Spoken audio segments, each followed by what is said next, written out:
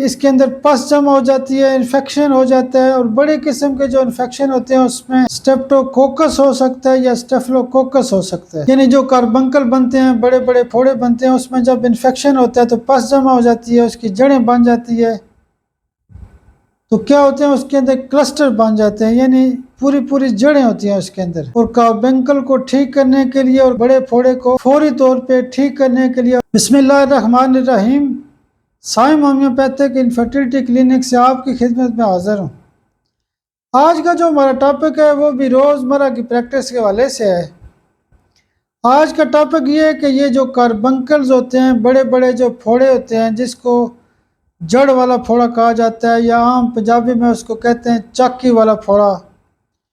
ये कार्बंकल ऐसे होते हैं कि बड़े बड़े गढ़ से निकल आते हैं, बड़े बड़े फोड़े निकल आते हैं, ये ठीक ही नहीं होते।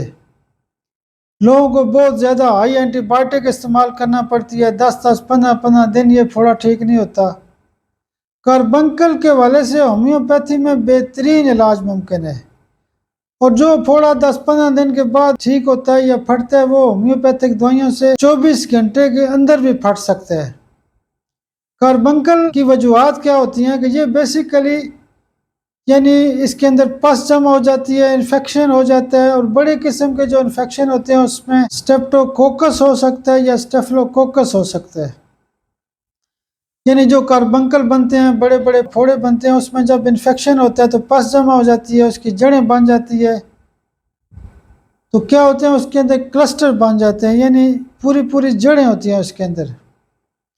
तो कार्बंकल जो होते हैं वो होम्योपैथी में जो हम प्रोटोकॉल यूज़ करते हैं उसमें सबसे पहले हम एंथ्राक्सीनम सी एम्पावर की खुराक देते हैं, दूसरे दिन टेरेंटुला क्यूबेन सी एम्पावर में खुराक देते हैं, और तीसरे दिन लेक्सिस 1 एम्पावर में खुराक देते हैं।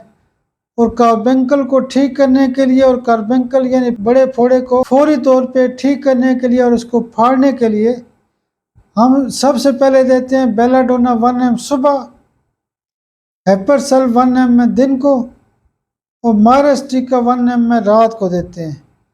वो क्या होता है कि वो जो इन्फेक्शन होता है वो 2-3 दिन के अंदर यानी वो फोड़ा पक जाता है, और पकने के बाद 24 घंटे के अंदर उससे पीप निकलना शुरू हो जाती है, वो फट जाता है। वो जो कार्बंकल होता है वो फौरी तौर पे ठीक हो जाता है। ज़्यादातर ये भी देखा गया कि ये जो कार्बंकल्स होते हैं उन लोगों को निकलते हैं जिनको शुगर होती है। हाई शुगर के केसेस में ये प्रोटोकॉल भी इस्तेमाल किया जाता है, लेकिन जो आम शुगर के मरीज़ों में फोड़े फिंसियाँ बनती हैं या जो छोटे मोटे इन्फेक्शंस होते हैं उसमें इंसुलिनम 1 एम और सेजिजियम 1 एम बहुत अच्छा काम करती है। जो मुश्किल किस्म के कार्बंकल के केस होते हैं, जो बहुत गहरा किस्म का केस होता है, उसमें एडिशनल हम बाज़ केसेस के अंदर एक्नीशिया क्यों भी देते हैं ताकि ब्लड साफ़ हो, खून साफ़ हो, और वो जो इन्फेक्शन और जो पस है और वो जो फोड़ा बना वो जल्दी से ठीक हो जाए। आप मेरे लिए दुआ भी किया करें।